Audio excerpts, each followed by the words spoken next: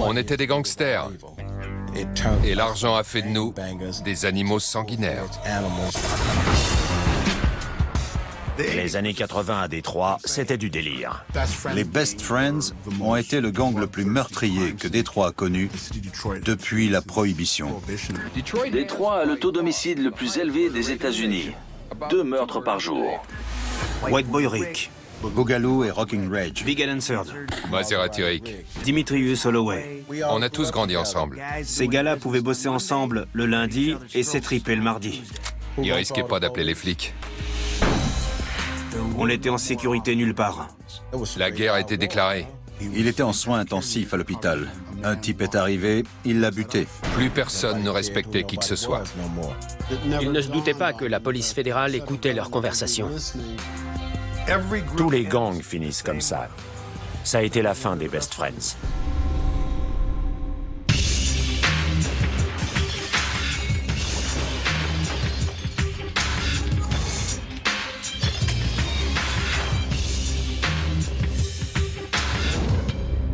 Aujourd'hui, dans Les Diables de l'Amérique, Demetrius Holloway et les tueurs à gages.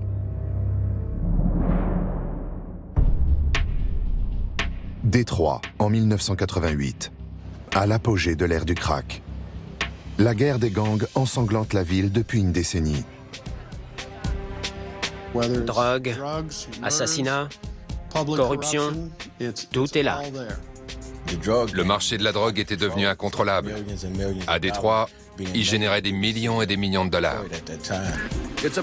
La tâche de la police s'annonce particulièrement ardue. Grâce au trafic de crack, de nombreux voyous sont devenus de véritables chefs d'entreprise. Parallèlement, le nombre d'immeubles abandonnés ne cessait d'augmenter. La ville tombait littéralement en morceaux. Au croisement de la rue McClellan et de l'avenue Gratiot, le fast-food Top Hat ne désemplit pas. Le Top Hat était l'un des endroits où on aimait se retrouver le week-end. Tous les gars du coin, du moins les gars un peu en vue, on se retrouvait là-bas et après on partait en boîte.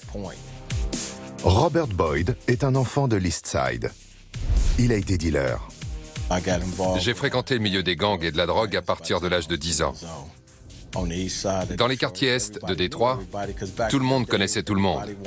Et tout le monde avait envie de vendre de la drogue. Parce que ça rapportait énormément d'argent. En 1988, la star du Top Hat est un jeune homme qui a grandi avec Robert Boyd.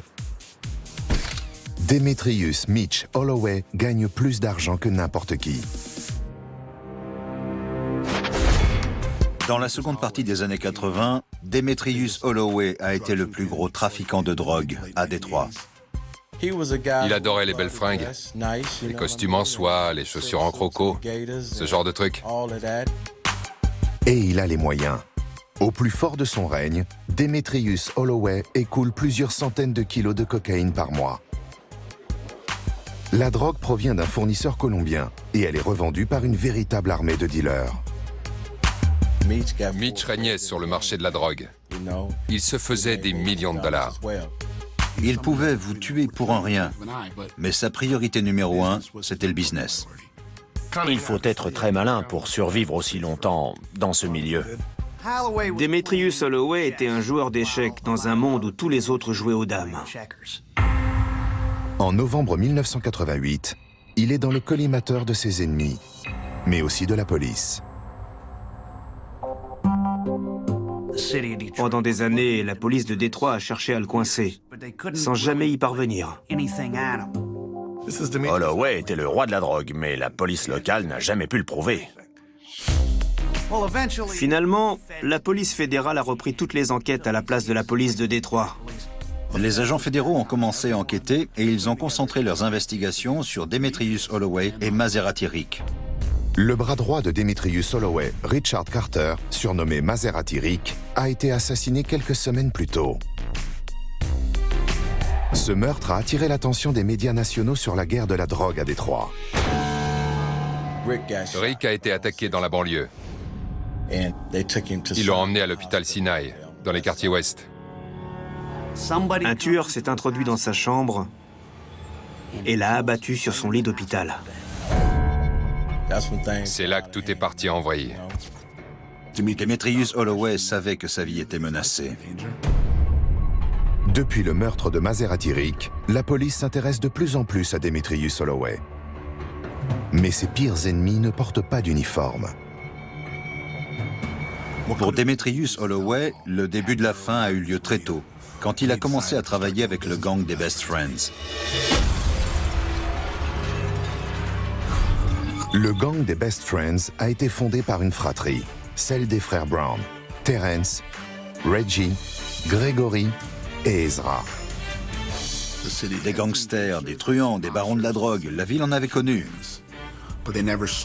Mais elle n'avait jamais connu un tel niveau de violence et un nombre aussi ahurissant de morts qu'à l'époque des Best Friends. Dans l'East Side, tout le monde avait peur des Best Friends. Demetrius Holloway a grandi avec les frères Brown. Il sait de quoi ils sont capables. Au départ, il les a engagés en tant qu'hommes de main. Ils étaient ses gros bras, rien d'autre. Des tueurs à gages, sans état d'âme. Ils travaillaient pour tous ceux qui avaient de l'argent. Mais au bout d'un moment, ils ont eu envie d'une part du gâteau. Et Demetrius Holloway a refusé. Ils voulaient de l'argent. Mais ils voulaient surtout qu'on respecte le rôle qu'ils jouaient. Demetrius Holloway les voyait comme des serviteurs, comme des exécutants, pas comme des gens qu'il voulait faire participer à ses affaires. Il ne les respectait pas assez pour ça. Quand ils ont commencé à vendre, c'est vraiment parti en live. Ils rançonnaient les autres dealers. Ils risquaient pas d'appeler les flics. Et là, c'est devenu n'importe quoi. Plus personne ne respectait qui que ce soit. Il n'y avait plus aucune limite. Les frères Brown et le gang des Best Friends sèment la terreur dans les quartiers est de Détroit. Ces quatre-là, c'étaient des colosses, des fous furieux, des vrais dangers publics. Le leader est le plus jeune des frères, Terence Brown, surnommé Boogaloo.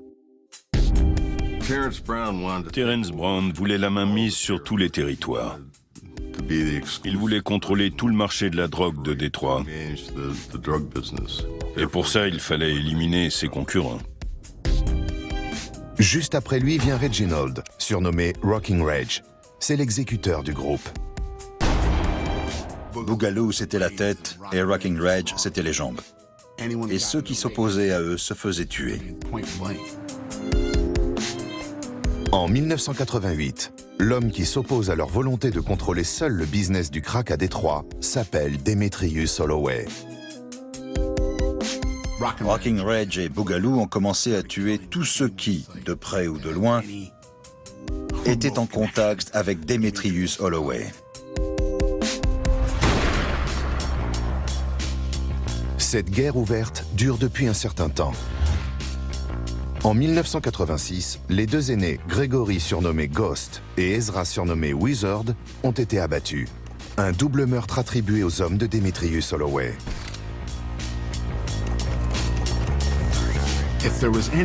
Le peu de santé mentale ou de sens des réalités qu'avaient les deux frères Brown restants a totalement disparu après les assassinats de Gregory et d'Ezra. Terence Brown a décidé de venger les meurtres de ses deux frères. C'est là que la vague d'assassinats a vraiment décollé. En 5 ans d'existence, le gang des Best Friends a tué plus de 100 personnes. Ce n'étaient pas des gangsters, c'étaient des monstres sociopathes. Il y a eu énormément de morts. La plupart n'étaient pas des citoyens modèles, mais ils ont quand même été tués.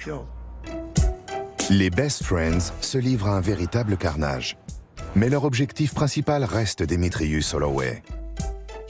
C'était un gangster et un businessman. Il portait des costards et pas des survêtements. Il savait manœuvrer dans les méandres de la pègre avec beaucoup d'habileté. Il est tout ce que les frères Brown ne sont pas. Holloway était intelligent. Il ne consommait ni alcool ni drogue. Il aurait pu diriger une grande entreprise. C'était un vrai leader. Demetrius Holloway avait toujours un plan. Les frères Brown n'avaient jamais de plan. Tout ce qu'il voulait, c'était tuer. En novembre 1988, Demetrius Holloway est un homme traqué.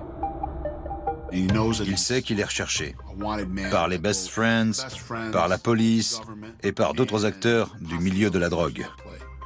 Le fast-food Top Hat sur l'avenue Gratiot était le cœur de l'East Side de Détroit. 4 tueurs s'approchent de Demetrius Holloway. Des coups de feu retentissent. Lui, il voulait juste faire du business, mais il a été pris dans la tourmente. Il fallait qu'il réagisse. Ça tirait de partout. À la fin de la fusillade, Demetrius Holloway a disparu. Il a été jeté dans un coffre de voiture. Demetrius Holloway, le plus grand dealer de Détroit, disparaît enlevé par les Best Friends, le gang le plus violent de Détroit.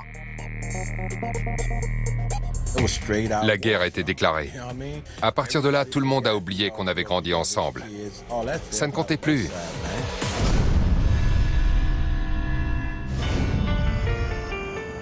Janvier 1980. Le président Jimmy Carter signe la loi de garantie de prêt de la Chrysler Corporation. Un plan de sauvetage d'1,5 milliard de dollars pour l'industrie automobile. Chrysler est de retour et va recommencer à vendre ses modèles.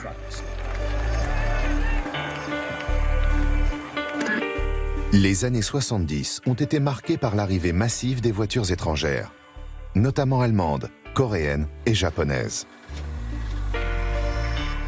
Dans les années 80, beaucoup de gens arrivaient du Sud pour travailler dans l'industrie automobile. Mais il n'y avait plus de travail. En 1980, Détroit accueille la Convention nationale républicaine et assiste à la nomination du candidat Ronald Reagan. En 1982, un tiers de la ville subsistait grâce aux allocations du gouvernement. Le système scolaire périclitait. Le principal fournisseur d'emplois, c'était l'industrie de la drogue. C'est dans ce contexte que s'est créé le gang des Best Friends. Le marché de la drogue n'a jamais changé. Ce qui a changé, c'est les gars sur le terrain. Beaucoup de ces garçons n'ont pas grandi dans les milieux pauvres, comme le voudrait le stéréotype. Ils étaient issus des classes moyennes et populaires. Mais quand ils sont arrivés sur le marché de l'emploi, les opportunités qu'avaient connues leurs parents n'existaient plus. À la place, il y en avait une autre, vendre de la drogue dans la rue et gagner beaucoup d'argent. Holloway a grandi dans la cité Brewster Projects. Diana Ross également. Sa mère était factrice, elle distribuait le courrier. Lui aussi a été facteur avant de faire de la prison. Demetrius Holloway a grandi dans un quartier de l'East Side contrôlé par un dénommé Frank Nitti Usher. Frank Usher était un tueur à gages. Et il n'avait aucun problème à exécuter ses prestations, si j'ose dire. Il avait été incarcéré en 1979 pour une triple décapitation. Il a été une sorte de mentor pour Demetrius Holloway. Demetrius Holloway a été arrêté alors qu'il transportait des biens volés pour Frank Usher et le gang de Murder Row. Il est libéré en 1985, après 5 ans de prison. En prison, Demetrius Holloway a été protégé par Frank Usher. Et quand il est sorti, Frank Usher l'a aidé à se remettre en selle. D'après les services de renseignement, il écoulait jusqu'à 300 kilos de cocaïne par mois, ce qui est énorme. En 6 mois, il est devenu l'un des plus gros dealers de Détroit. À peine sorti de prison, Demetrius Holloway se réorganise et choisit un vieil ami pour partenaire. Il a choisi pour bras droit un ami d'enfance, Richard Carter, alias Maserati Rick. Il avait une personnalité très différente de celle de Demetrius Holloway. Rick avait un côté très flambeur. Il a été le premier de tous les caïds de Détroit à s'acheter une Maserati jaune canari. Il l'avait fait importer d'Allemagne. Je me souviens du jour où il s'est pointé avec. On était dans le ghetto et il s'est arrêté devant nous. Je lui ai dit que sa voiture assurait grave. Et c'est là qu'on l'a surnommé Maserati. Plus tard, il préférera les Mercedes. Mais le surnom Maserati lui restera. Jeune, c'était un sacré boxeur. Au départ, Maserati Rick était une petite frappe. Beau gosse, il aimait profiter de la vie. Et grâce à Demetrius Holloway, il en avait les moyens. Beaucoup de ces gars ont grandi ensemble. Au départ, il y a de la confiance entre eux, ce qui facilite le business. La cocaïne de Demetrius Holloway et de Richard Carter inonde le marché. Demetrius Holloway était extrêmement malin. Il ne buvait pas et il ne fumait pas. Sa drogue à lui, c'était l'argent et le jeu. C'était un gangster de la vieille école. À Détroit, dans les années 80, quand t'avais de la thune, tu portais du vison, des costards et des pompes en croco. On se fringuait tous au Broadway, une boutique du centre-ville. Ok, on arrive sur le parking. Rien que de voir l'endroit, ça me rappelle des souvenirs. On venait ici faire du shopping. Des visons, des fourrures de chèvre ou de ratons laveurs. On achetait ça ici. Les frères Brown sont plus jeunes que Demetrius Holloway. Mais ils viennent du même quartier. Leur père travaillait à l'usine, leur mère était femme au foyer. Ils s'appelaient les best friends, les meilleurs amis, parce qu'ils avaient grandi ensemble et qu'ils étaient très amis. Ils avaient l'esprit d'équipe. Ils avaient tous la même voiture et portaient les mêmes fringues, notamment des chemises et des vestes avec Best Friends brodés dessus. Dès leur plus jeune âge, ils se déplacent en groupe. Les rues de Détroit sont leur territoire. Les Best Friends ont commencé leur activité à l'adolescence. Très vite, ils ont eu toutes sortes d'embrouilles. Parce que quand vous tuez des gens, les gens veulent vous tuer. Demetrius Holloway engage les Best Friends pour collecter l'argent de la drogue et museler les petits revendeurs. Quand il a commencé à travailler avec eux, il ne se doutait pas à quel point ils étaient fous. Je ne sais pas ce qu'ils avaient vécu avant, mais à partir du moment où ils ont commencé à tuer des gens, ils n'ont plus arrêté. En 1986, les taux d'homicide explosent dans toutes les villes américaines. Détroit bat tous les records avec 646 meurtres en un an. C'est l'apogée de la frénésie meurtrière des Best Friends. Détroit a le taux d'homicide le plus élevé des États-Unis. 2 meurtres par jour. C'était des machines à tuer. Les gangsters disent souvent « c'est du business, c'est pas personnel ». Avec eux, c'était l'inverse. C'était toujours personnel, ce n'était pas du business. Les Best Friends recrutent plusieurs équipiers parmi les délinquants de leur entourage. Nate Kraft était surnommé Boone, comme Daniel Boone, parce qu'il était adroit au couteau. Il avait grandi dans les quartiers est de Détroit, et il était parti à l'armée. Les frères Brown l'avaient repéré dans un concours de gros bras. Leur premier lieutenant était un dénommé Stacy Colbert. Il était surnommé La Machine, comme dans La Machine à tuer. Tous ces gars travaillaient en indépendant, parfois main dans la main, parfois en tant qu'adversaires. Et tous rêvaient de trouver une connexion colombienne susceptible de les approvisionner avec le plus de drogue possible. Les Best Friends trouveront cette connexion grâce à une aide inattendue, celle du partenaire de Demetrius Holloway, Maserati Rick. Maserati Rick a introduit les frères Brown auprès du fournisseur de Demetrius Holloway, ce qui leur a permis de se procurer des drogues sans autre intermédiaire. Et avec ça, les frères Brown n'avaient plus besoin de personne. Ils ont très vite compris les règles du jeu et combien d'argent leur patron Demetrius Holloway gagnait. Les frères Brown ont compris qu'au lieu de tuer des gens pour une petite part du gâteau, ils pouvaient liquider tous les dealers et contrôler le business. Et c'est ce qu'ils ont voulu faire. Rockin' Rage, Boogaloo et tous ces gars-là, ils n'avaient aucun scrupule. Les mecs qui se fichent de tout sont les plus effrayants. Parce que quand on se fiche de tout, on est capable de n'importe quoi.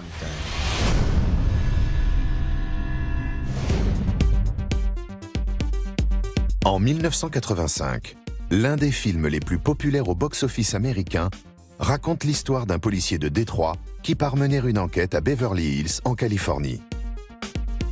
Si le flic de Beverly Hills avait été une histoire vraie, Eddie Murphy aurait eu maille à partir avec le gang des Best Friends. Ils n'avaient pas le sens des affaires de Demetrius Holloway, mais ils ont appris vite. Quand les gens les croisaient, ils changeaient de trottoir. Ils portaient des grosses chaînes. On en portait tous à l'époque. On portait aussi des chapeaux en feutre, très classe. Le chapeau des caïds, en quelque sorte. Les frères Brown étaient imprévisibles. Ils pouvaient t'envoyer direct au cimetière. C'est comme ça qu'ils fonctionnaient. Mais ils ne sont pas les seuls à fonctionner comme ça. Le 20 décembre 1986, une voiture s'arrête à leur hauteur. Des coups de feu retentissent. Ezra Brown, le cadet de la fratrie, est tué. Vous savez, Demetrius Holloway et les Best Friends, on a tous grandi ensemble. Rocking Rage, Boogaloo, Mitch, on se connaissait tous. Et ça, je tiens vraiment à le dire. Mais à un moment, tout le monde est parti en live. Et c'est devenu incontrôlable. La rumeur attribuera le meurtre à un homme de Demetrius Holloway.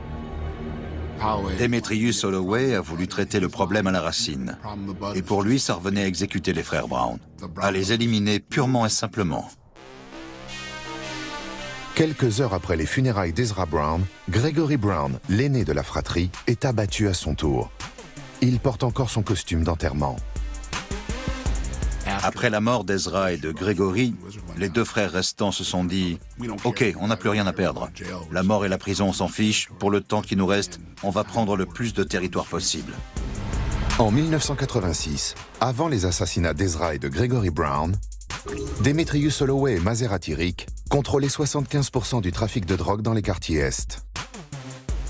Après l'assassinat, tous les gangs cherchent à étendre leur territoire. Un gangster du nom de Big Ed Hansard s'empare de Jefferson Boulevard. Robert Boyd et le gang 430 prennent l'avenue Warren et Connors. Et les Best Friends, qui tiennent les avenues Van Dyke et Harper, convoitent tout l'East Side. Terrence Brown, alias Boogaloo, et Rockin' Rage se sont vengés. Il y a eu des morts à l'appel. Sur les 4 frères Brown, qui ont fondé les Best Friends, il n'en reste que 2. Demetrius Holloway est affaibli, lui aussi. La rumeur dit qu'il est à présent vulnérable. Big Ed Hansard était un gangster de la vieille école. Élégant, bien habillé, il possédait plusieurs salons de coiffure. Il avait été l'un des plus gros clients de Demetrius Holloway. Celui-ci avançait la cocaïne à Big Ed Hansard et Maserati Rick passait à l'encaissement une fois qu'elle était vendue. Mais un jour, Rick m'a dit que Big Ed Hansard lui devait de l'argent et qu'il refusait de le rembourser. Big Ed Hansard avait parfaitement les moyens de rembourser Maserati Rick. Il se fournissait auprès d'un gang de Los Angeles, les Crips, qui avait des connexions en Colombie. Il ramenait la drogue par lot de 100 kilos. Big Ed Hansard vendait sa propre drogue, ce qui n'a pas plu à Demetrius Holloway et à Maserati Rick. Apparemment, le surnom de Big Ed venait de la mère de Maserati Rick. Il couchait avec la mère de Maserati Rick et elle l'appelait Big Ed. Mais la plaisanterie va mal tourner. À chaque fois qu'ils se croisaient, ils sortaient leurs flingues et ils se tiraient dessus. C'était une guerre intestine. C'est totalement surréaliste quand on sait qu'on a tous grandi ensemble. On s'éclatait, on gagnait du fric, on faisait du shopping ensemble. Et tout ça a fini en guerre totale. Voilà le mal que l'argent peut faire à des jeunes gars comme on l'était. On était des gangsters. Et l'argent a fait de nous des animaux sanguinaires. Il ne faut pas oublier que tous ces événements ont eu lieu dans l'intervalle de quelques années seulement. C'est allé très vite. Ces gars-là vivotaient avec quelques centaines de dollars par mois et un an plus tard, ils brassaient des millions et ils massacraient à tout va. Au printemps 1987, le gang des Best Friends va se faire de nouveaux ennemis. L'histoire de White Boy Rick Wersch fait partie de la légende de Détroit. White Boy Rick connaissait Demetrius Holloway et Maserati Rick. Son père vendait des armes. C'était le seul blanc dans le milieu. Mais on s'en fichait qu'il soit blanc. Pour nous, c'était Rick, tout simplement.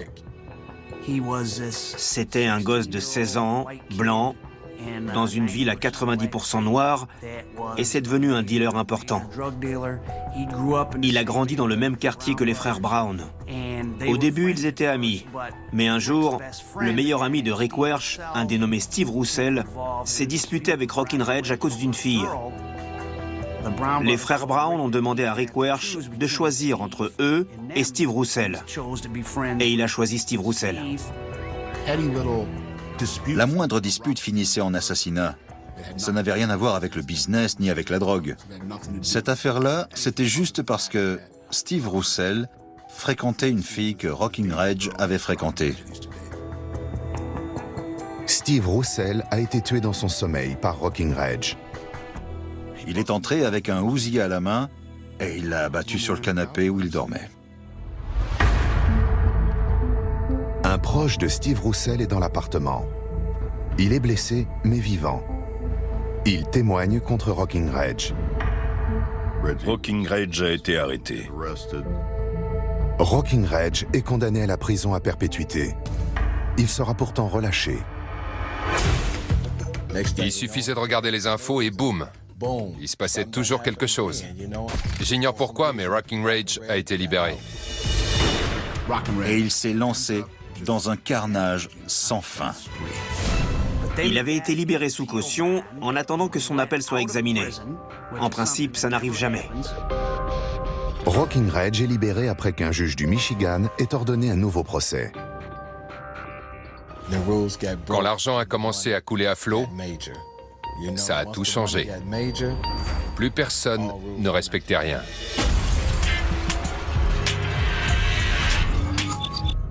Les Best Friends, ainsi que leurs amis d'enfance, Demetrius Holloway et Maserati Rick Carter, ont amassé des millions de dollars en vendant des kilos de cocaïne aux dealers des rues de Détroit. L'argent, c'est la source du mal.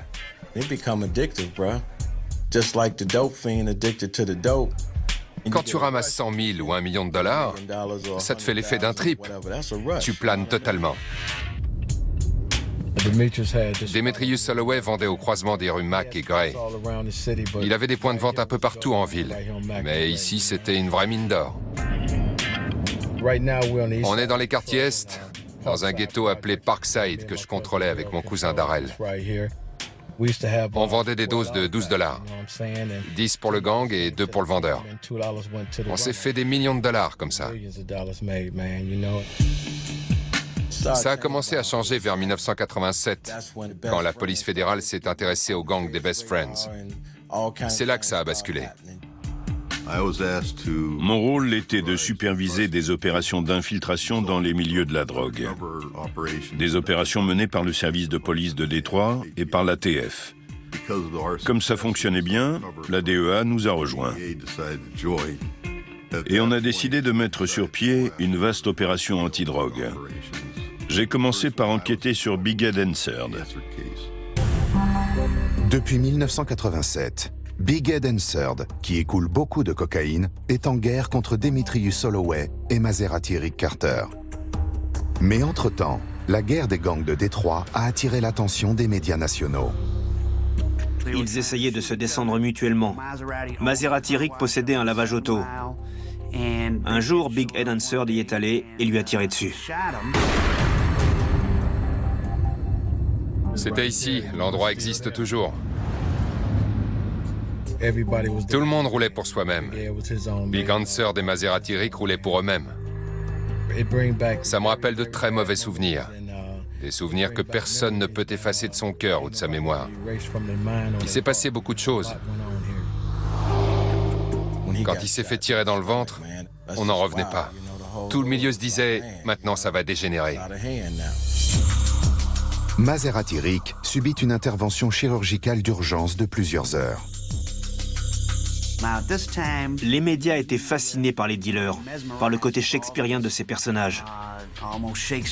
Et donc les infos ont annoncé que Maserati Rick, l'un des grands dealers de Détroit, avait été hospitalisé. Il était en soins intensifs, mais il avait droit à des visites. Le lendemain, il était seul dans sa chambre. Un type est arrivé à l'hôpital, habillé en médecin, et il est allé le voir dans sa chambre. Il l'a buté. Et il est reparti tranquillement.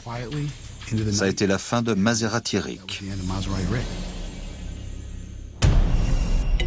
Ça a été en quelque sorte le point culminant de cette vague de violence qui déferlait sur Détroit.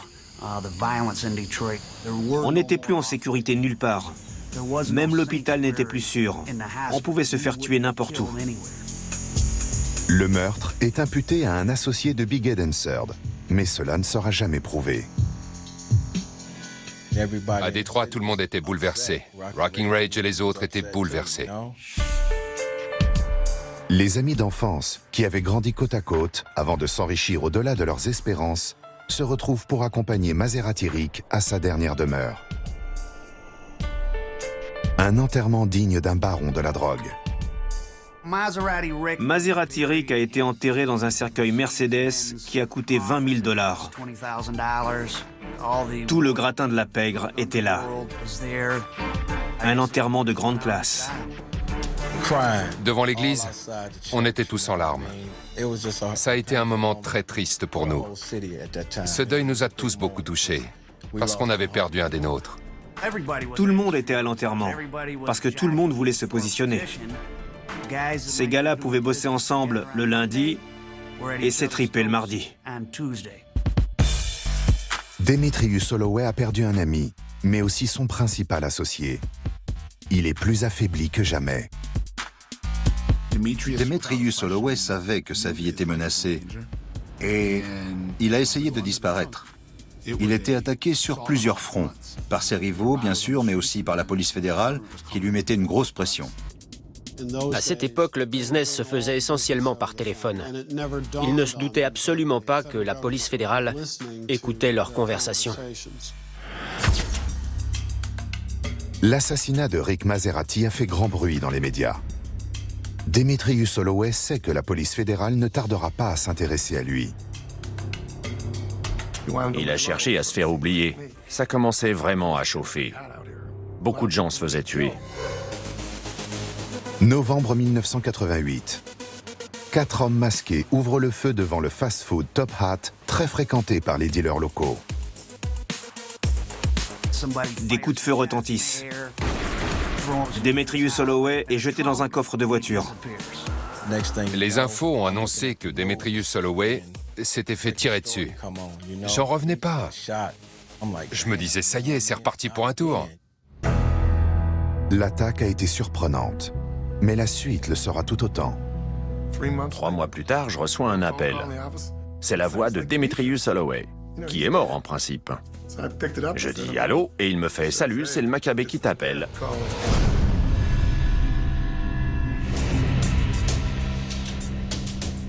En 1989, Rockin' Reg, le plus âgé des frères Brown toujours en vie, est sorti de prison et a repris les activités qui lui valent sa sinistre réputation. Dès sa libération, il est impliqué avec les Best Friends dans un quadruple homicide. L'attaque visait à abattre depuis une voiture un autre membre des Best Friends qui avait été arrêté pour possession illégale d'armes. Rocking Reg pensait que le gars était une balance et il voulait le tuer. Une fillette fait partie des victimes. Selon la police, les coups de feu ont été tirés par Reginald Brown. Il y a 4 victimes. La petite Lori Roper, 3 ans, son oncle Harry Roper, son cousin Chip Austin et un ami, Lawrence Gainey. Les Best Friends s'entretuaient. Ils avaient commis tant de meurtres que n'importe lequel d'entre eux avait de quoi envoyer tous les autres en prison à vie.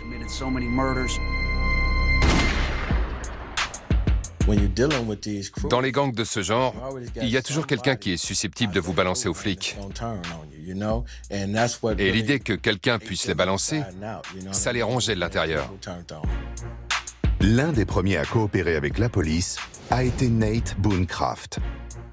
Il accuse les Best Friends d'avoir tué son frère. Il a eu un différend avec Rockin' Reg et Boogaloo, et il a fini par se retourner contre eux. Nate Kraft a avoué une trentaine de meurtres. Les Best Friends ont été mis en examen et Nate Kraft a été protégé en tant que témoin. C'est le moment que choisit l'un des ennemis des Best Friends pour refaire surface. Le soi-disant enlèvement de Demetrius Holloway était un coup monté par lui-même. Il avait fait croire qu'il avait été enlevé et assassiné. Et 3 mois plus tard, il a fait son retour dans le milieu. Son enlèvement, c'était du bidon. Il voulait faire croire qu'il avait été kidnappé, mais c'était faux. Et lui, pendant ce temps-là, il se la coulait douce dans son coin. Ça nous a bien fait rigoler. Quand on a appris ça, on était tous morts de rire. Mais Demetrius Holloway aurait mieux fait de rester caché. Quelques mois après avoir organisé son propre enlèvement, il est abattu.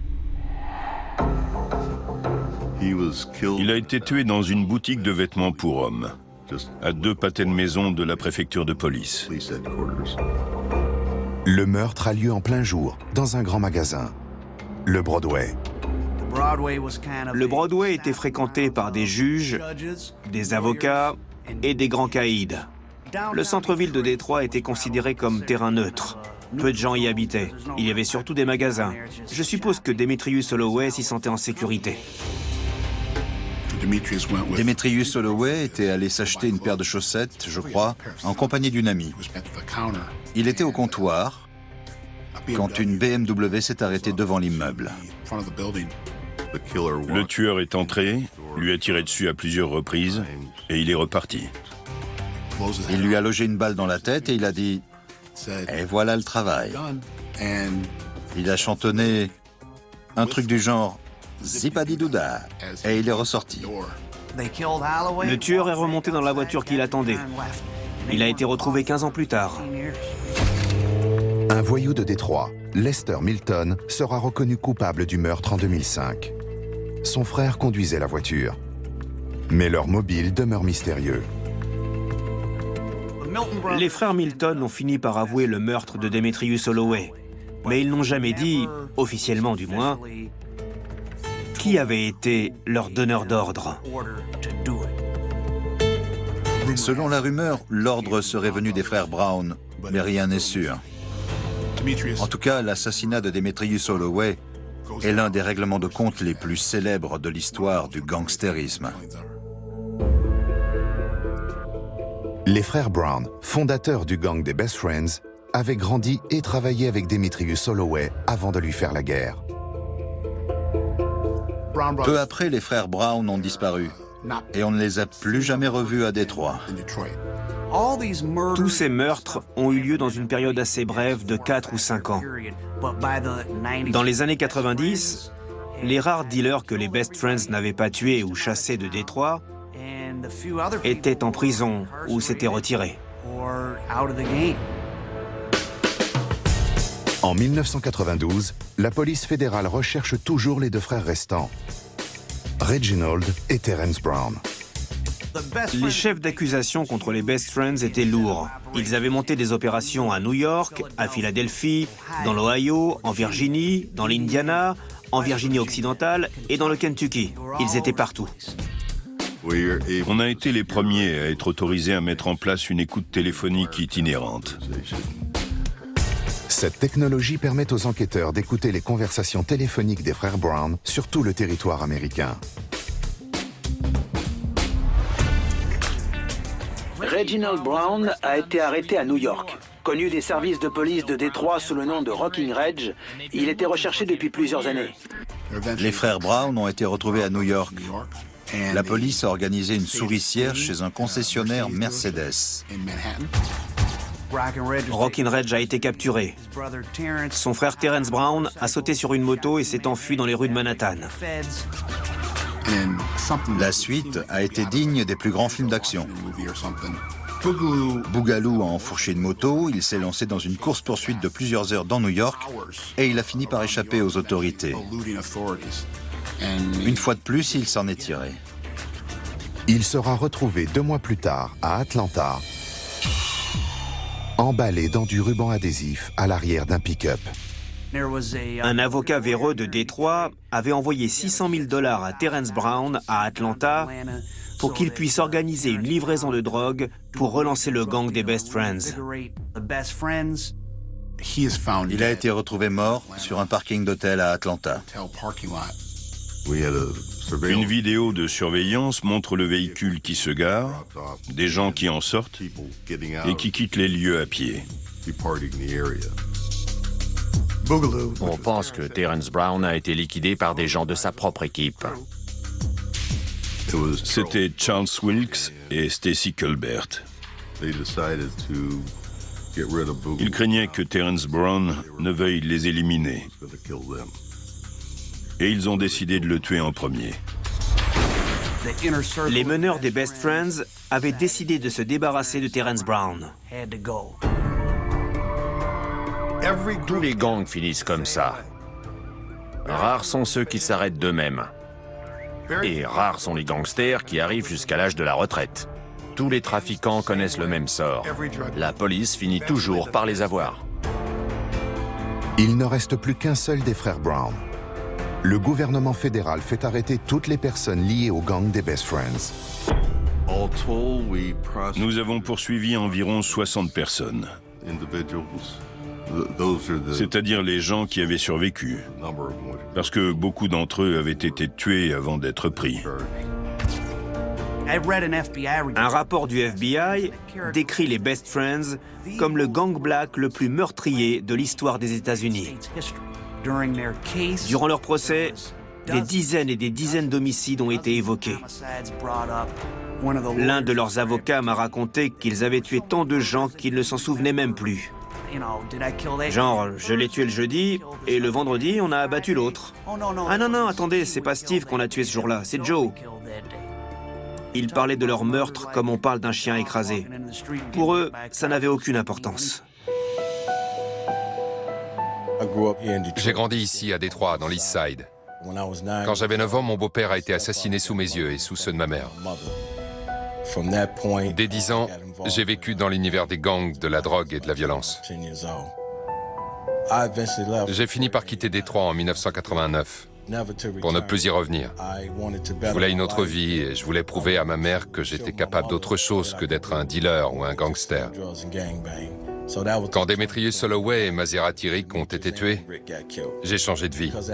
Parce que cette vie-là, elle finit en prison ou au cimetière. Alors il faut choisir. En plus de toutes ces tragédies, ce qui est triste, c'est de se dire que de toutes ces centaines de milliers de dollars générés ici, il ne reste plus rien.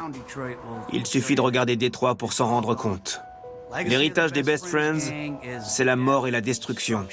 C'est un héritage triste, aussi triste que la ville de Détroit elle-même.